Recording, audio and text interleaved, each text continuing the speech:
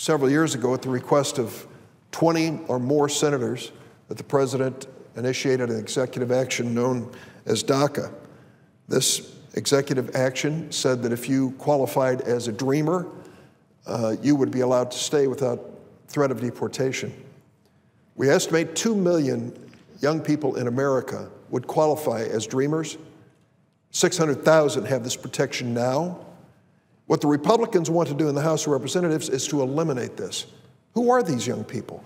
They are young folks in America brought to this country as toddlers and infants, young boys and girls who grew up in this country, went to school in this country, have no problems in their criminal record, and want to be part of America. That's it.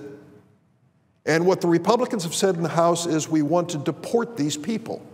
Deport them because they are here undocumented, despite the fact that we have educated them, and many of them are successes in life and want to be part of our future. The Republicans have said deport them. The senator from Maine, the senior senator from Maine, has offered a bill to address this subject, but as much as I respect her and count her as a friend, it falls short of protecting the dreamers who are here in this country under DACA. And I have to just say that as you learn the stories of those who are protected by the president's executive order, you wonder, what are the Republicans thinking? I've tried to tell these stories in light of individuals, not statistics. And here's one I want to tell you today about a young man who came to America when he was 9 years old from Thailand. His name is Jirarut Nu, and he was brought here at the age of 9 from Thailand by his parents. He grew up in San Francisco, and he said, I, quote, forced myself to read mystery novels, dictionary in hand, in order to expand my vocabulary, one word at a time, to learn English. I mispronounced words, and even in the face of ridicule, until I mastered the English language. It's amazing. Stories happened many times in the past, but it's incredible to think of a 9-year-old facing that ridicule, but learning the English language in San Francisco, Senator Boxer. Now, this young man became an excellent student, and his dream was to be a doctor.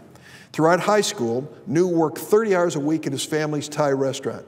Here's what he said about that experience. I spent most of my time at the restaurant working as a waiter, cashier, and chef, scrubbing toilets, washing dishes, and mopping floors. It taught me to have faith, work hard, and persevere. His work paid off. Listen to this. He graduated as salutatorian of his high school class with a 4.3 grade point average. He was admitted to the University of California at Berkeley, one of the top schools in California and the nation. He won a scholarship that would have covered most of his tuition, but he couldn't accept it because he was undocumented. Despite this... The senators used 10 minutes. I ask unanimous consent of 2 additional minutes. Without objection.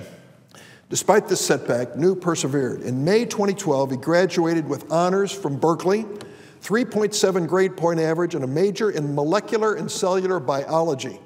A month after he graduated, President Obama issued his executive order, DACA, and now Nu was protected from deportation.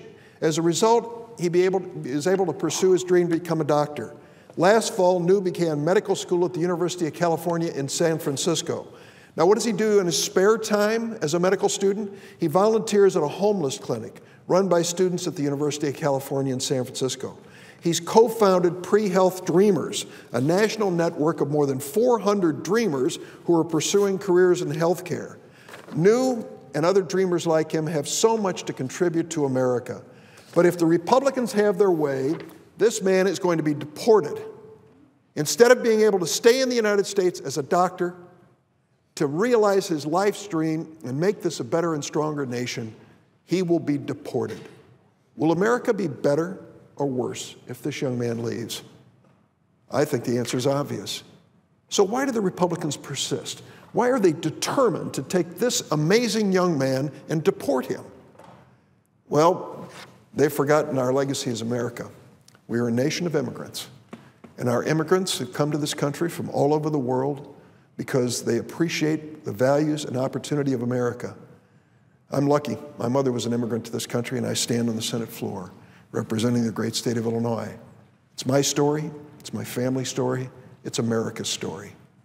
Well, the time is clearly upon us to find the appropriation for the Department of Homeland Security, but not at the expense of this amazing young man. Let us fund this department to keep America safe, but let us also dedicate ourselves to passing legislation which fixes our broken immigration system and helps this young man and others just like him to be part of America's future.